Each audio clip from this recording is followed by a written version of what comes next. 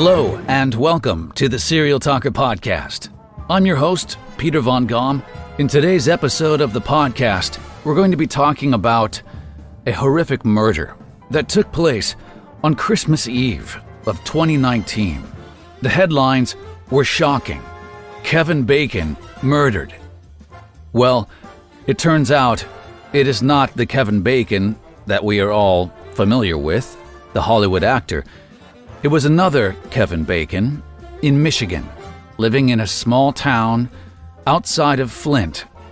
He was a hairdresser, and he was murdered. It's a terrifying case that should have only existed in the pages of a horror novel.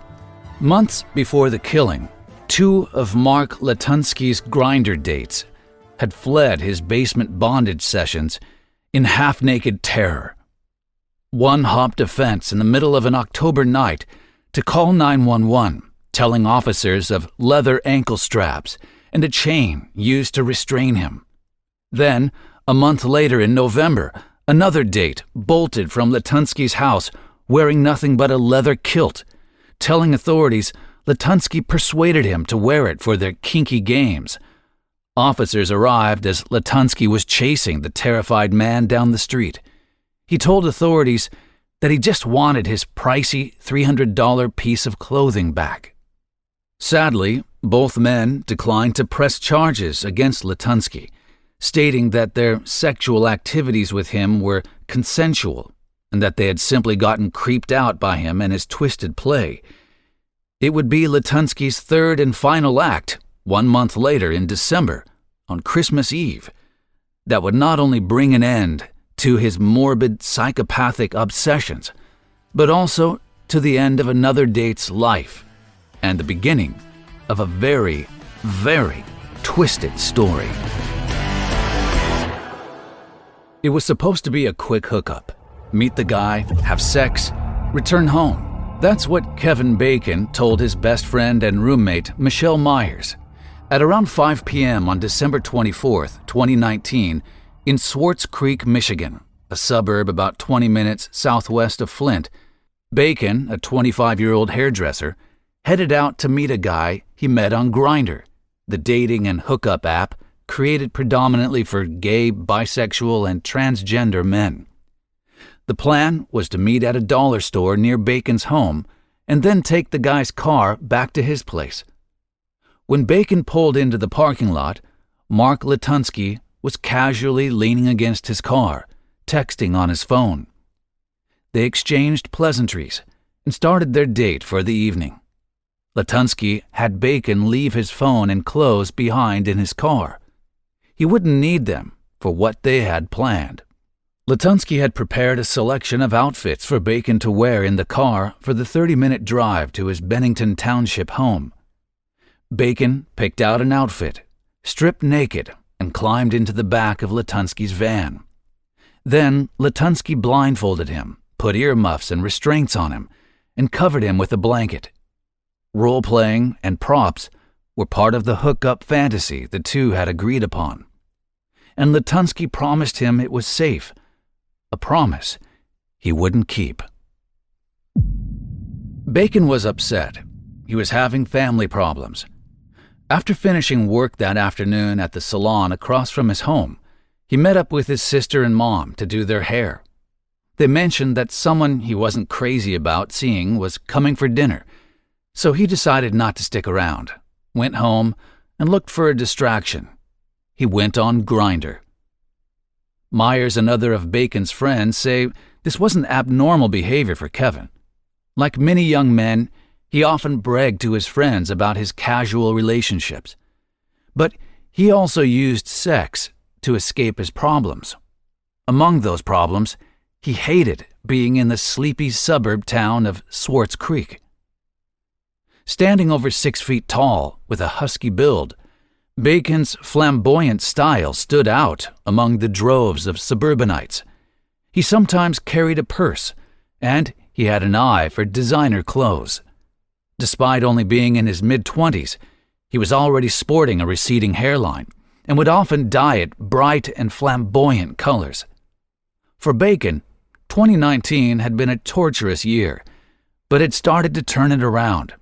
He was planning to move to Chicago to be closer to friends and part of a more diverse gay community. But staying on a structured spending plan was not easy for Bacon, as he constantly struggled with money. So he was stuck in Swartz Creek, at least for now. When he got back to the apartment he shared with Myers that Christmas Eve, he decided to look for a date.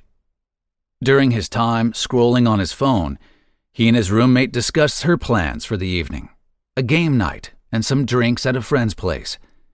It wasn't long before Bacon found a hookup with a guy who lived nearby. He got ready and left in his car shortly after 5 p.m. A Nest doorbell camera captured him walking out the door. He never came home. The next day, after he missed Christmas breakfast with his family, his father called the police. For 3 days, friends, family, and authorities looked desperately for Bacon. The local news stations tagged along with the search. Friends came in from Flint and other nearby towns to scout railroads, brush, and farmland. They thought that if he were dead, he would at least be in a field somewhere or out in the open. But while people searched open fields, Kevin Bacon was in the basement of a stone cottage in a rural area about 20 miles outside of town, hanging naked by his ankles from the rafters, his throat slit. The alleged assailant was his date, Mark Latunski, who would quickly confess to the crime. But the horrific details of his murder were much more chilling than his worried loved ones could ever have imagined. Long before being arrested for a most heinous crime, Mark Latunski, a father of 4, appeared to live a normal and productive life. After graduating from college in 1991, he interned for Dow Chemical and 4 years later earned a master's degree in chemistry from Iowa State. He worked as a formulary chemist developing environmentally friendly inks and coatings and holds multiple patents for his lithographic inks. His marriage began to unravel, and he and his wife split in 2013. The ex-wife told a divorce court judge he'd earned a good living, over $100,000 a year for a while, but his mental health began to slip. He received diagnoses on 2 occasions, in 2010 and 2012, and was determined to have a shopping list of issues, including severe recurrent and chronic major depression with psychotic features, adjustment disorder with depression and anxiety with paranoid schizophrenia, and borderline personality traits. According to reports of his divorce, his ex-wife claimed that he refused to take his medication, and when he was off it, he would act erratic, watching torture films, and at times threatening to kill his children's pets. After splitting from his wife, Latunski began to frequent the dating app Grindr, where he sought and ultimately forged a gay relationship. His profile photos on the dating app and other social media showed him posing in a leather kilt. One post saying, "If I told you that I have underwear on with leather, would anyone believe me at this point? Never let your guard down lest you be fooled by a costume. Perform a kilt check, and there's always a winner." He met Jamie Arnold on Grindr, and the two fell in love and married in 2016. Before long, however, that marriage too was on the rocks.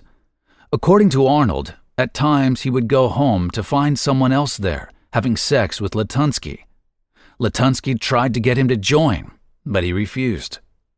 He'd finally had enough and had to get out, unable to take that lifestyle anymore.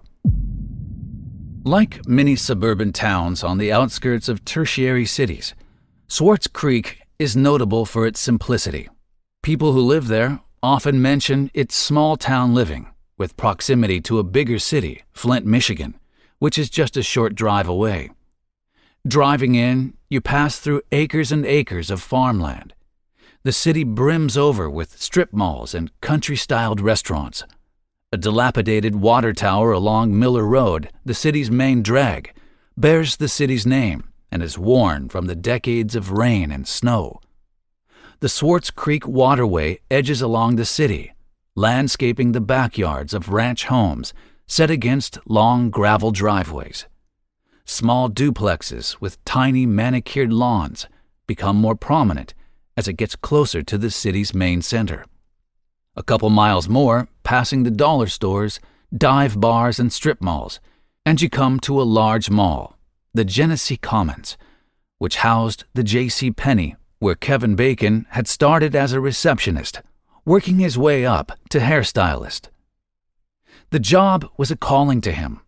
In high school, he tested out new hairdos on his girlfriends, and though he gave a valiant effort, they sometimes felt trepidation when Bacon got experimental. Still, he became experienced enough where he sometimes did a friend's son's hair, and eventually his roommate. It wasn't what his father Carl, a packaging engineer, wanted him to pursue, according to Kevin's friends. Kevin told them Carl expected him to go into a technical trade and forego the pie-in-the-sky sentimentalities of being a famous hairdresser. So, Bacon started out by going to local Baker College. He'd gotten into his dream school, Eastern Michigan University, but he couldn't afford the $200 housing deposit. Even during college, his roommate recalls, Bacon was always fond of doing hair, so he dropped out and got his cosmetology license. Eventually, Bacon went back to school, this time at the University of Michigan Flint, working hair gigs on the side, and even holding down a brief stint at the college's Center for Gender and Sexuality in 2019. He seemed to be working toward a future he could be proud of. But he had a troubled side too. According to his friends, Bacon had a history of depression and body image issues, sometimes spiraling to the point of causing self-harm. He would eat his emotions, alternating between starving himself and binging, or cut himself on his legs and arms. And he was triggered into dangerous situations. Myers, his roommate, remembers going to see A Star is Born together. She says he was out of it after watching the hanging scene. The next day, he overdosed on pills and had to get his stomach pumped. A month later, his mother took him back to the hospital after she said he didn't feel safe. In November 2019, Bacon cut himself so many times that you couldn't see his skin. 2 weeks later, he again checked himself into a psychiatric treatment center. Part of the way he dealt with his depression was by finding new partners online. But Bacon's emotional life was complicated even more by his relationships. His friends say the men he dated often psychologically abused him. One man aggressively accused Bacon of cheating, and another seemed to be just using him for rides. The two men were examples of projects that Bacon often attracted, broken men that he hoped to fix. However, these failed relationships pushed him deeper into depression, according to friends in Chicago. When Bacon visited, they partied in the city's gay district, Boys Town, and Bacon vowed to move to Chicago. But after returning back to Swartz Creek, he again struggled to manage his finances, slipped into a state of depression, and went searching online for another person he could love and fix. Maybe it was the gory details of the case that drew media attention, or his famous name that made it such a compelling story. The murder drew international headlines, and it didn't take long for local outlets to find out that there might have been signs this was coming. It turns out Kevin Bacon was the third man who allegedly been attacked by Mark Latunski. On October 10, 2019, James Carlson called 911, claiming that he'd been kidnapped and awoken in the basement. On the phone call, Carlson says, "I met this guy. I'm bi, he's cute, he hit on me, I don't know. We went to the car and talked. We went to the store. I had a soda, and I woke up in the basement." Carlson told the operator he'd been chained up and freed himself using a butcher knife to cut off the leather strap that bound his wrists.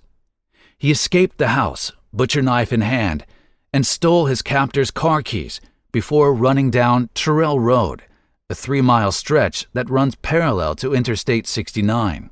"I've never had anything like this happen before," he told the operator after he ran. "I don't know if he drugged me. All I know is I ended up locked in the fucking basement, okay? Chained in the basement." Within 10 minutes, troopers arrived to find Carlson on the side of the road. Carlson told officers the man was a stranger. Oddly, perhaps out of shame, he declined to press charges. Soon, a fuller version of his story came to light when, in June 2020, Carlson filed a federal lawsuit against Latunski. In it, Carlson claimed that he had taken a bus from New York to Michigan, explicitly to have sex with Latunski. But when he got there, Latunski chained him up in his basement and held him captive, according to the court complaint. 6 weeks after Carlson's run-in with Latunski, on the afternoon of November 25th, a 29-year-old man ran out of the same home and also called 911. He escaped wearing nothing but a leather kilt that belonged to Latunski, Latunski chasing after him. On the 911 dispatch, he says, "I'm trying to get away from some creepy guy. He had me tied up in his basement. He's after me." Soon after, he ran to a neighbor's home, pleading with them to give him an address he could give to the police. A state trooper showed up at the neighbor's house, but oddly, once again, no charges were filed. The state police spokesperson later told local papers that Latunski was only chasing the man because the leather kilt was expensive. Again, despite the frantic calls of 2 men complaining of being chained and held captive, police played down the seriousness and said that nobody wanted officers involved. State police officials say there was nothing they could do at the time of either incident because the 2 men chose not to press charges. They believe that's because the victims wanted to keep the events of those nights secret. Nobody wanted to file charges. A lot of times people have a professional life and personal life. They don't want to intertwine the two. Their personal life is very secret, very protected, according to a police source involved with the case. It appears officers dropped Carlson off at a gas station with no money or way to get back home and didn't inquire any further into what happened. It's been suggested that had Carlson not been a gay man, the situation would have been treated differently. There should have been further investigation, more follow-up. Just some basic police work could have changed this whole situation, and Kevin Bacon might still be alive. It seems the gay card may have played a very unfortunate role in the outcome. Why wasn't Latunski questioned further? Is it because it's just gay guys doing kinky stuff in a basement? What would have happened if a girl was chained in the basement and ran out of there? Even if she said don't worry about it, most likely the police would have investigated it further. In some cases where people live together or are in an intimate relationship, the state can file charges on their own. But that wouldn't necessarily happen with people who just met on a casual hookup, according to one county prosecutor. A hookup or casual meeting from an app like Grindr wouldn't have triggered the police to force an investigation or arrest. In cases of stranger assault such as this, police do have the ability to persuade victims to press charges. However, there is a limit to how much the police can do without a complaining or cooperating witness.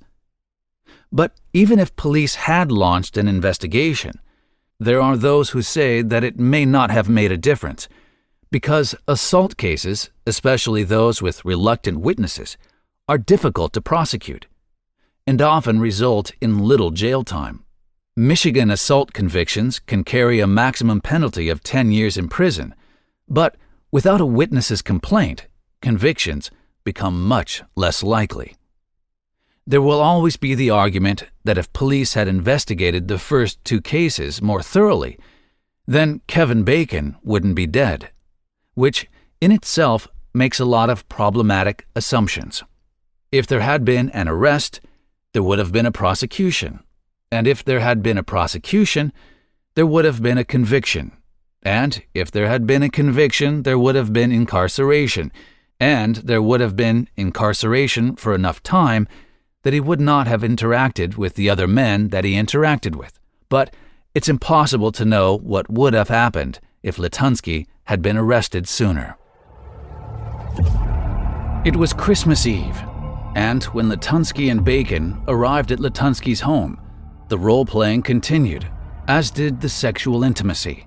It ended in Latunski's basement.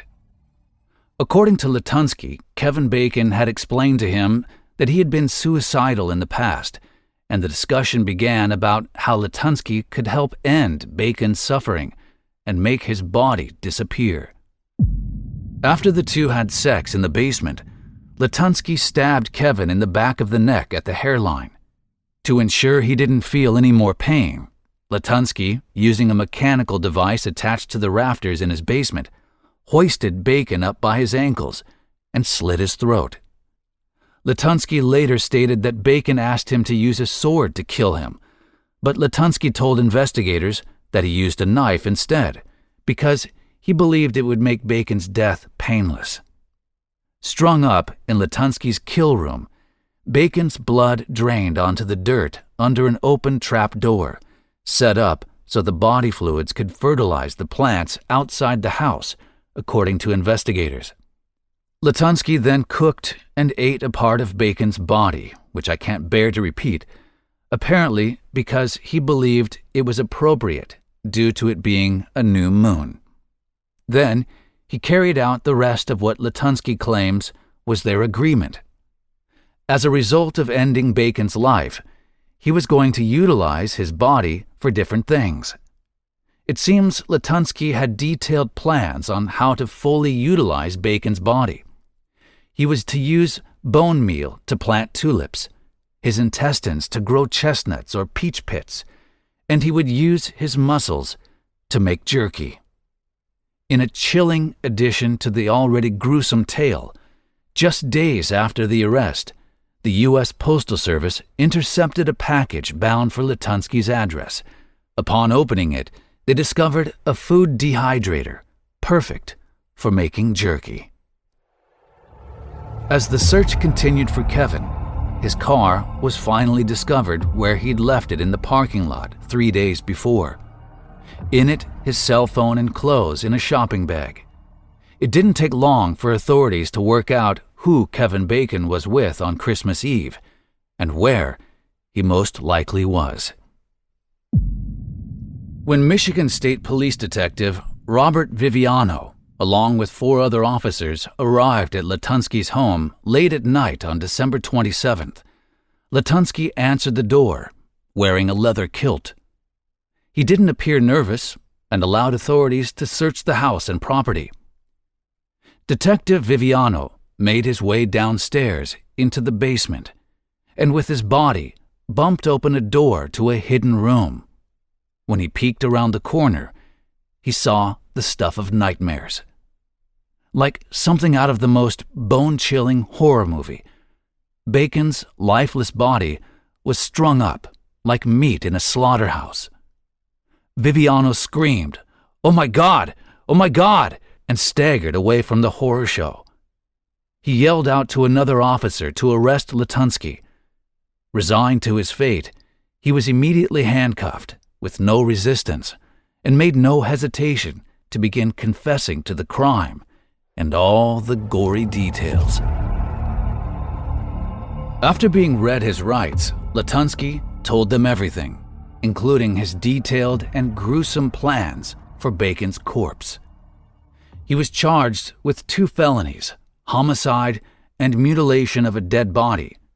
Initially, he used aliases, including Wilk Olikos Vilkas, a vanity name he used on a site called Rent Men.